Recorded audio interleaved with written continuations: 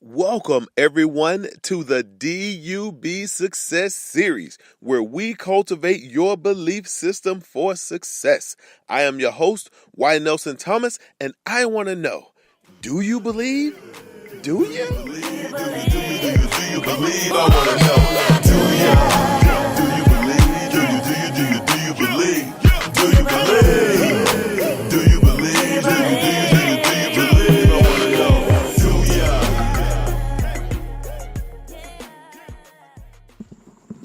Greetings, ladies and gentlemen, and welcome back to another episode of the Do You Believe Success Series, where we cultivate your mindset and your belief system for success.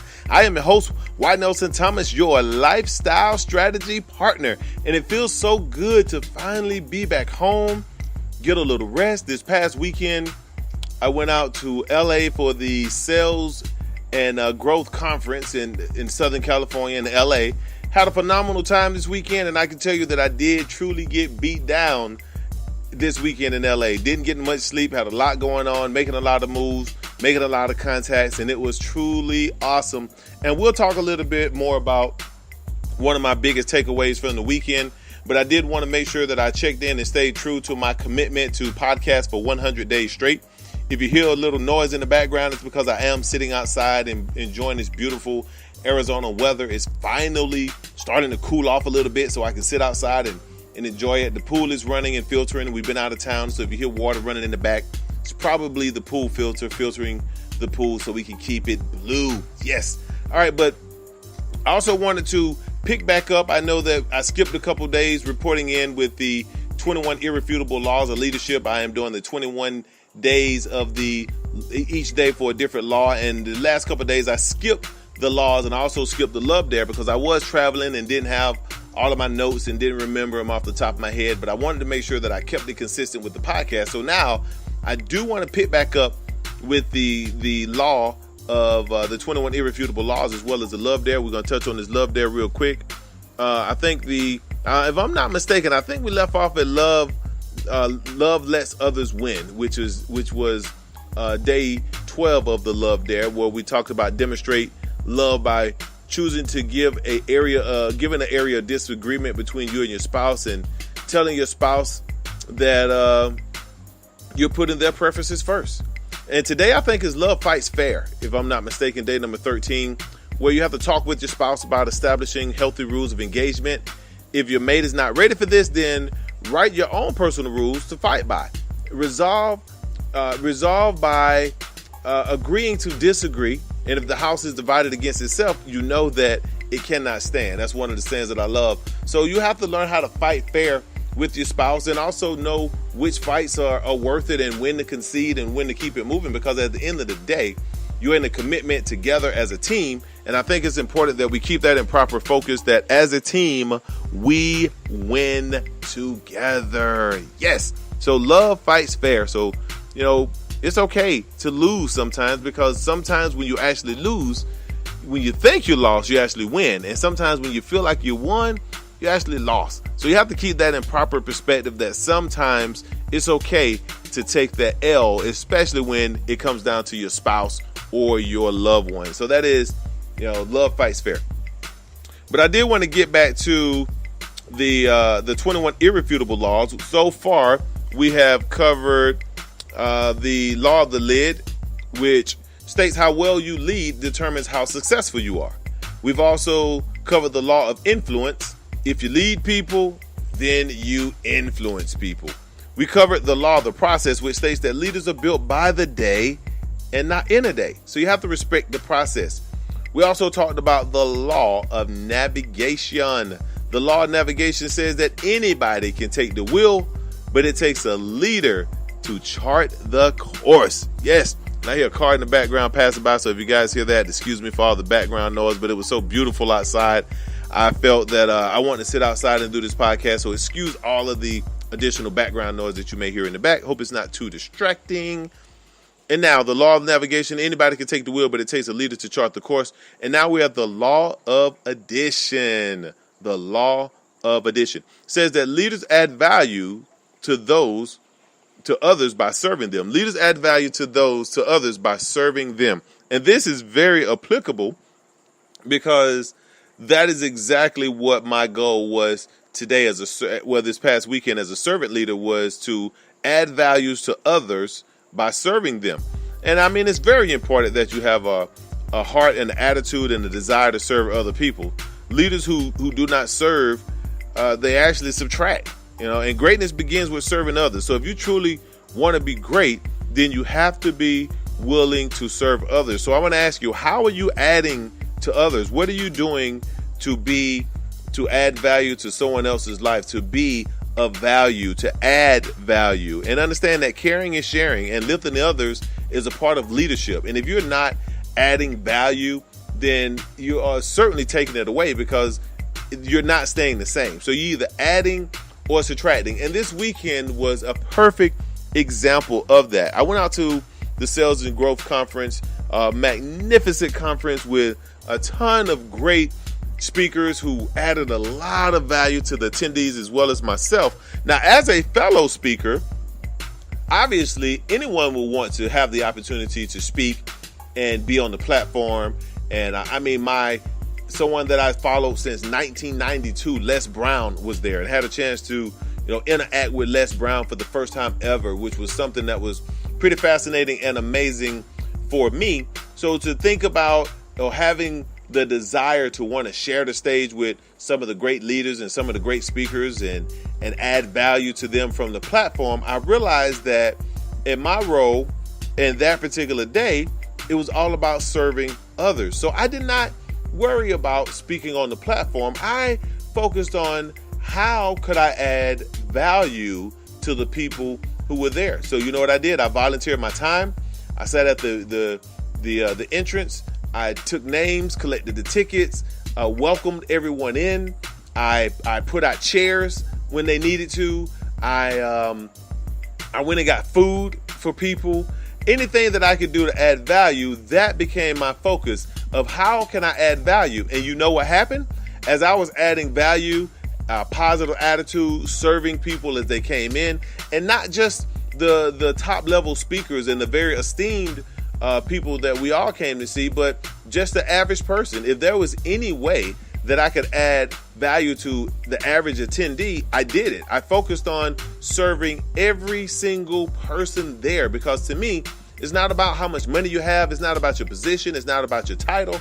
It's about the fact that you are a child of God. And in my eyes, we are all equal. So your financial status, your title, what you've done, where you've been, to me, that means nothing to me. What means something to me is the value of who you are. Are you a good person? Do you treat people fair? Are you willing to help others when they need help? That is what truly determines value to me, not what you have in your bank account, where you've been, who you know, what you do. That's really not a value to me. What is of value to me is, how do you treat other people? Who are you, and what value are you adding to those people that you're called to serve? And what end up happening was, the conference was getting ready to start, running a little bit behind, was waiting on more people to get there, so that way we can make sure that when the speaker started to speak, that we had enough people there that could really gain from that value. So I was given the mic and instructed to help usher the people into the room so that way we could start. So once I got in the room, I realized, wow, I'm actually holding a microphone. And as a speaker, it's pretty difficult to hold a microphone and not speak. So you know what happened? Was I started to speak, not in I'm going to deliver a speech because I got the microphone, but because I saw that there was a need in that moment. There had been some people who gotten there early, some people who got there on time, and those people had been sitting in their seats for a while. So I noticed that they were getting a little antsy. So you know what I did? I stepped up. I took control of the situation to add value to the people who was there. And some amazing things happened. I was able to really fill in the gap, to buy the other speakers a little bit more time to ensure that everyone got in their seat. And immediately when the actual host came in to start the conference, you know what I did? I gave him the microphone, and I went back to the front, and I sat back down, and I started taking tickets and collecting money and working the door again. but my goal was to add value in any capacity. And sometimes when you are in a situation, and obviously I knew that I could have stood on the stage. I had something valuable to say. I had speeches I could have delivered and added value to that crowd. But I knew in that moment that it was not about me on that platform. It was about me being humble. And in my humbleness, how can I serve people to a greater capacity?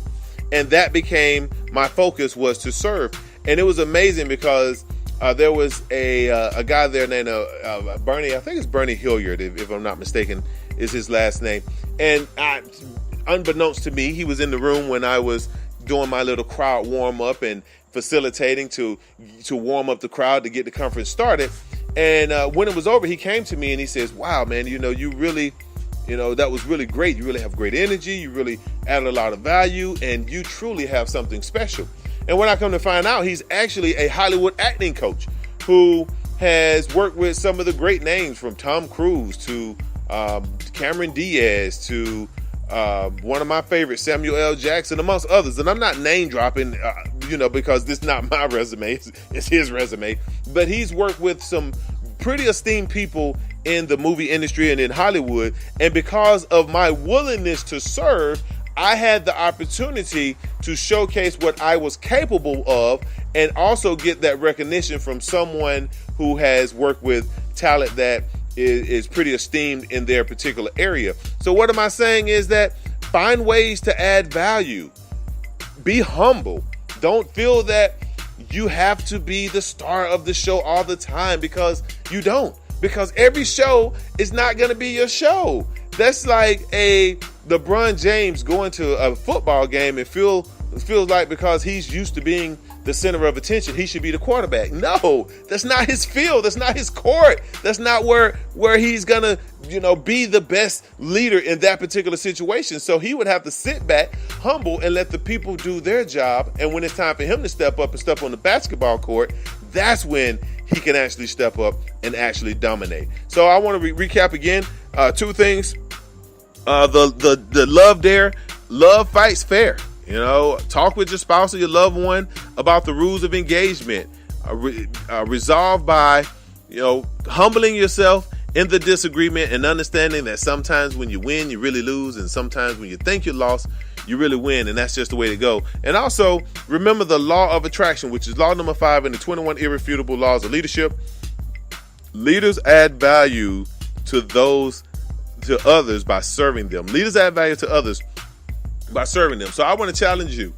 What can you do to add value to someone else or some other situation simply by being a humble servant? How can you serve someone? And I want to challenge you to tomorrow or whatever, even today, to go out and find out how can I serve someone else outside of myself, even if you feel like you could do what they're doing, but none of that matters. What matters is embracing humility and figuring out how you can add value to other people.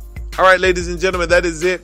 Wrapping up another episode of the Do You Believe Success series. I want to thank you so very much for tuning in, listening to me, and everything that I have to say. For all of you who stayed this far in, if you are on iTunes or listen on iTunes, if you would, stop by, give me a rating. Tell me how am I doing. Give me some feedback. Let me know, am I doing good? Am I doing bad? Or just, leave your opinion. I promise you, it will not hurt my feelings. I have pretty tough skin. And also, if you have questions or any suggestions or any topics that you think that may be applicable, you can always email me at motivation101@gmail, and I will certainly respond back to it. But thank you once again, ladies and gentlemen, for tuning in to the Do You Believe Success series. I am your host, White Nelson Thomas, your lifestyle strategy partner, and I will see you back here shortly on the Do You Believe Success series. Do you? Do you believe? Do you? Do you believe? Do you believe? I want to know.